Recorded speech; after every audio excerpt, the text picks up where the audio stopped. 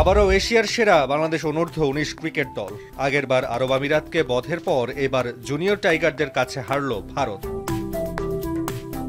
Asia কাপের ১১ আসরের ৮টিতে শিরোপা জেতা দল টিম ইন্ডিয়া, আর বাকি ৩ আসরের একটিতে আফগানিস্তান আর দুটিতে শিরোপা জয়ী বাংলাদেশ। এবারের এশিয়া কাপে দলীয় অর্জনের পাশাপাশি রয়েছে বাংলাদেশের ব্যক্তিগত সাফল্য। ব্যাটিংয়ে সেরা ৫-এর তালিকায় জুনিয়র টাইগারদের আছে একজন। ২৪০ রান করে ২ নম্বরে অবস্থান আজিজুল হাকিমের। তাছাড়া সর্বোচ্চ রান সংগ্রাহকের তালিকায় ১৬২ রান করে আছেন আরেক টাইগার ব্যাটার কালাম সিদ্দিকী। বল হাতেও মুনশিয়ানা দেখিয়েছেন বাংলাদেশের বোলাররা। আসরের সর্বোচ্চ উইকেট শিকার করেছেন ইকবাল হোসেন ইমন, সাথে আসর সেরার পুরস্কারও। ১২ উইকেট নিয়ে ২ নম্বরে আরেক টাইগার পেসার আল ফাহাদ।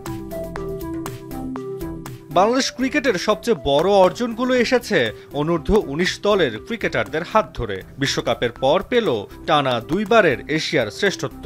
জুনিয়র টাইগারদের এ সাফল্যে ঘুচবে কি দেশের ক্রিকেটের পাইপলাইন নিয়ে শঙ্কা? উত্তরটা জানার অপেক্ষা। তাসওয়ার নাফি, এখন।